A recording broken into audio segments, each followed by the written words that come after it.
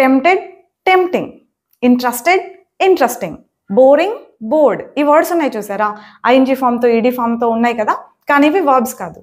అదేంటనిత, ING form ఉంటే continuation, ED ఉంటే అది పాస్ట్ టెన్స్ అని మేము నేర్చుకున్నాం, ఇప్పుడు ఏంటో వర్బ్స్ కాదంటున్నారు కదా.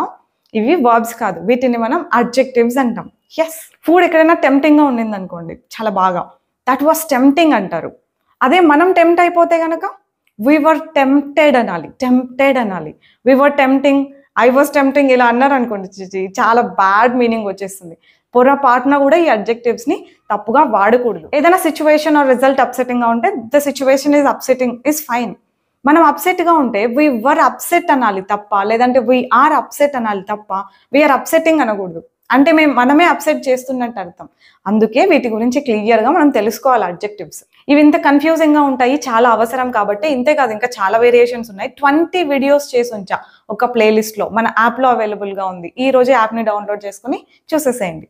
ఇంకో చిన్న విషయం అండి, 7013594795 this is the only number I have.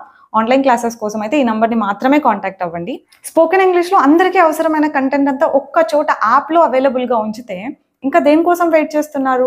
Time అంతా వేస్ట్ అయిపోయి సిచ్యువేషన్ వర్స్ట్ అయితే కానీ స్టార్ట్ చేయమా మన జర్నీని.